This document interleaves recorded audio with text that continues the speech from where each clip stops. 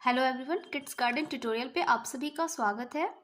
आज हम लोग क्लास 8 की हिस्ट्री का ये है हमारा चैप्टर 7 जिसकी हेडिंग है ब्रिटिश काल में शिक्षा। तो आज इस चैप्टर से रिलेटेड जितने भी क्वेश्चन आंसर साथ में आपके फिल इन द ब्लैंक्स जो भी आपके बुक में दिए हुए हैं तो सारे के आज हम लोग सॉल्यूशन देखने वाले हैं। तो चलिए वीडियो को स्टार्ट करने से पहले अगर आप हमारे चैनल पे नए हैं तो प्लीज़ चैनल को सब्सक्राइब करके बेल आइकन प्रेस कर लीजिएगा ताकि आपको जो है वीडियो का नोटिफिकेशन मिलता रहे जब भी वीडियोस अपलोड हो, ठीक है। और इसके पहले के चैप्टर्स मैंने ऑलरेडी करा रखे हैं तो उसके लिए आप प्लेलिस्ट जो है चेकआउट कर सकते हैं, ठीक है। तो चलिए शुरू करते हैं। देखिए सबसे पहले हमारा यहाँ पे कुछ फिल इन द ब्लैंक्स दिए हुए हैं तो पहले हम लोग इसके सोल्यूशन देख लेते हैं। देखिए पहला नंबर है आपका विलियम जॉन्स एक ब्लैंक्स थे, क्या थे तो वो भाषाविद थे, ठीक है। विलियम जॉन्स एक भाषाविद थे। सेकंड है आपका कि लॉर्ड मैकाले अंग्रेजी शिक्षा के पक्षधर थे, ठीक है, तो ब्लैंक्स में आपका अंग्रेजी हो जाएगा। थर्ड है आपका कि एशियाटिक सोसाइटी ऑफ बंगाल की स्थापना जॉन्स ने की। फोर्थ नंबर है आपका वुड डिस्पैच 1854 ईस्वी में जारी किया गया था। फिफ्थ नंबर है आपका शांति निकेतन की स्थापना रविंद्रनाथ टैगोर ने की थी, ठीक है, ब्लैंक्स में जाकर आपको रविंद्रनाथ टैगोर। एंड लास्ट है हमारा कि ब्लाइंड स्कूल में पढ़ाई ब्रेल लिपि से होती है, ठीक है। ब्लाइंड स्कूल यानी जब ऐसे बच्चे जो कि नहीं देख सकते हैं, जो अंधे होते हैं, जो ब्लाइंड होते हैं, तो उनको किस लिपि में पढ़ाई जाती है तो वो ब्रेल लिपि होती है, ठीक है। तो याद रखेंगे आप। तो ये आपके कुछ फिल इन द ब्लैंक्स थे। इसके बाद जो आपका यहाँ पे चैप्टर जो क्वेश्चन आंसर दिया हुआ है तो हम लोग सारे क्वेश्चन आंसर्स देखने वाले हैं। तो चलिए वीडियो को पूरा एंड तक जरूर देखें। तो चलिए शुरू करते हैं। देखिए सबसे पहला क्वेश्चन है हमारा यहाँ पे कि विलियम जॉन्स व कोलब्रुक भारत के प्राचीन ग्रंथों के अध्ययन पर जोर क्यों देते थे, ठीक है। यानी विलियम जॉन्स और कोलब्रुक जो थे वो भारत का जो प्राचीन ग्रंथ था, पुराना सब जो ग्रंथ था उसके अध्ययन पर वो जोर क्यों देते थे, ठीक है। तो देखिए इसका आंसर क्या हो जाएगा कि विलियम जॉन्स एवं कोलब्रुक का मानना था कि भारत की सभ्यता प्राचीन काल में अपने वैभव के शिखर पर थी परंतु बाद में उसका पतन होता चला गया। उनकी राय में भारत को समझने के लिए प्राचीन काल में लिखे गए पवित्र कानूनी ग्रंथों का अध्ययन जरूरी था। इससे अंग्रेजों को भारतीय संस्कृति सीखने में मदद देगी तथा भारतीयों को भी अपनी विरासत को दोबारा अपनाने और अतीत के लुप्त वैभव को समझने में मदद मिलेगी, ठीक है। आप इसको यहाँ से राइट डाउन कर सकते हैं, आप चाहो तो इसकी स्क्रीनशॉट ले सकते हो। चलिए इसको समझ लेते हैं। देखिए इसका कहना क्या था विलियम जॉन्स और कोलब्रुक का कि भारत की जो सभ्यता थी जो प्राचीन काल में थी तो वो प्राचीन काल में बहुत अच्छी थी, अपने शिखर पर यानी बहुत उच्चतम थी, ठीक है। लेकिन क्या हुआ धीरे धीरे उसका जो है पतन होता गया यानी उसकी जो सभ्यता है वो धीरे धीरे गिरती गई, ठीक है। और अभी जाके वो थोड़ी लो आ गई है। लेकिन जब अंग्रेज भारत में शासन करने के लिए आए थे तो उनको भारत में शासन करने के लिए पहले भारत को समझना जरूरी था, ठीक है। और उनको ये समझ कहाँ से मिलती है तो उनको इसके ग्रंथों से ही उसके बारे में पता चलता है कि प्राचीन भारत किस तरह का था, यहाँ के लोग किस तरह के थे, यहाँ की संस्कृति क्या है। और जब तक वो अच्छे से उसको समझेंगे नहीं तो फिर वो उसमें शासन सही से नहीं कर सकते थे, ठीक है। तो वो चीज़ समझने के लिए उनको उस ग्रंथों का अध्ययन करना ज़रूरी था। और इसके साथ ही उनका ये मानना था कि जो भारतीय है उनको भी अपनी जो खोई हुई विरासत है उसको दोबारा पाने में जो है उनको मदद मिलेगी, ठीक है। तो यही रीज़न था कि वो जो है पुरानी जो ग्रंथ थे उसके अध्ययन पर जोर देते थे, ठीक है। चलिए नेक्स्ट क्वेश्चन पे आते हैं कि कंपनी अंग्रेजों को पश्चिमी ज्ञान के बदले भारतीय ज्ञान को प्रोत्साहन क्यों देना चाहती थी, ठीक है। तो देखिए आंसर क्या हो जाएगा, कंपनी अंग्रेजों को पश्चिमी ज्ञान के बदले भारतीय ज्ञान को प्रोत्साहन देना चाहती थी ताकि अंग्रेजों को भारतीय संस्कृति को सीखने तथा समझने में मदद मिले, ठीक है। कि अगर वो भारत की संस्कृति के बारे में पढ़ेंगे तभी भारत को जान पाएंगे और तभी उस पर अच्छे से शासन चला पाएंगे। अगर उसको समझेंगे ही नहीं तो उस पर शासन करना मुश्किल हो जाएगा। तो यही उसका रीज़न था कि वो चाहते थे कि अंग्रेजों को पश्चिमी ज्ञान के बदले क्या दिया जाए तो भारतीय ज्ञान को प्रोत्साहन किया जाए, ठीक है।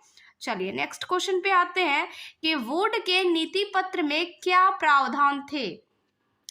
तो देखिए वुड के नीति पत्र में निम्न प्रावधान थे, ठीक है। इस तरह के क्वेश्चन जब भी रहेंगे तो आप उनको जो है ना नंबरिंग करके लिखेंगे तो आपका नंबर अच्छा स्कोर होगा, ठीक है, एग्जाम पॉइंट ऑफ व्यू से मैं बता रही हूँ।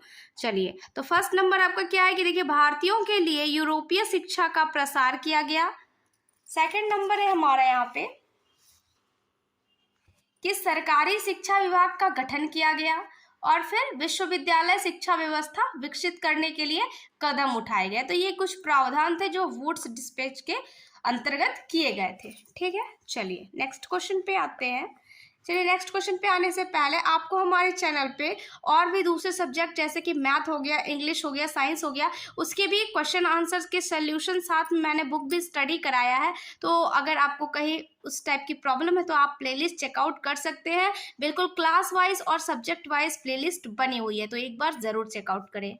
चलिए, अगले क्वेश्चन पे आते हैं कि अंग्रेजी भाषा को लेकर मैकाले के क्या विचार थे, कि अंग्रेजी भाषा के विषय में मैकाले का क्या सोचना था। ठीक है, वो किस दृष्टि से इसको देखते थे। ठीक है, तो देखिए मैकाले अंग्रेजी भाषा को उच्च कोटि का समझते थे, यानी वो समझते थे कि अंग्रेजी ही सबसे महान सब्जेक्ट है, सबसे अच्छा है ना। तथा वे भारत को असभ्य देश मानते थे तथा भारतीय रीति रिवाजों और साहित्य के लिए तिरस्कार पूर्ण दृष्टि रखते थे। ठीक है, और वे क्या करते थे कि भारत को जो है असभ्य देश मानते थे, कि उनको सभ्य नहीं लगता था यहाँ का कल्चर। ठीक है, इसलिए उसका जो रीति रिवाज था यहाँ का जो साहित्य था, उसके लिए भी उनके मन में जो है हीन दृष्टि थी, तिरस्कार पूर्ण दृष्टि थी। ठीक है, मतलब अच्छी नहीं थी दृष्टि उनकी।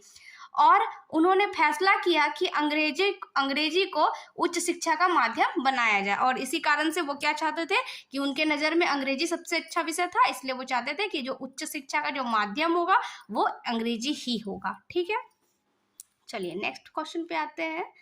नेक्स्ट क्वेश्चन है हमारा कि अंग्रेजों की सभ्यता मिशन से आप क्या समझते हैं। ठीक है, यानी अंग्रेजों की जो ये सभ्यता वाला जो मिशन था, इसका क्या अर्थ था। तो देखिए, अंग्रेजों की सभ्यता मिशन का अर्थ है भारतीय समाज में ब्रिटिश मानसिकता विकसित करना। ठीक है, सभ्यता मिशन का क्या मतलब था कि जो भारतीय समाज है उसमें ब्रिटिश मानसिकता विकसित करना, यानी लोग तो भारतीय होंगे लेकिन उनका सोचने समझने का जो तरीका होगा वो ब्रिटिश की तरह होगा, अंग्रेजों की तरह होगा। ठीक है, जो शरीर मन और खून से तो भारतीय हो परंतु वैचारिक और बौद्धिक स्तर पर अंग्रेज, ताकि ब्रिटिश सत्ता को चिरस्थायी बनाया जा सके। ठीक है, यानी उनका क्या कहना था कि वो जो है अपने जो सभ्यता थी, उनकी जो पश्चिमी सभ्यता थी, उनको वो भारतीयों पर थोपना चाहते थे। क्यों? ताकि भारतीय लोग भारतीय हैं लेकिन उनका जो दिमाग है वो उसको अंग्रेजों की तरह उसका दिमाग कन्वर्ट करना चाहते थे। ठीक है, और उनके पीछे उसका मकसद क्या था कि ताकि जो उनकी ब्रिटिश सत्ता है यानी अंग्रेजों का जो शासन है वो लंबे समय तक भारत में बना रह सके। ठीक है, यही उसका रीजन था। चलिए नेक्स्ट क्वेश्चन पे आते हैं कि जेम्स मिल प्राच्यवादी के घोर आलोचक क्यों थे। ठीक है, तो इसका आंसर देखिए कि जेम्स मिल प्राच्यवादी के घोर आलोचक थे क्योंकि उनका मानना था कि भारत असभ्य देश है, इसलिए वे भारतीय रीति रिवाज और साहित्य के लिए तिरस्कारपूर्ण दृष्टि रखते थे। ठीक है, उनका क्या मानना था कि भारत जो है वो असभ्य देश है और उसका जो इसलिए उसका रीति रिवाज साहित्य सारा चीज क्या है, हीन दृष्टि से उसको देखते थे। ठीक है, उनका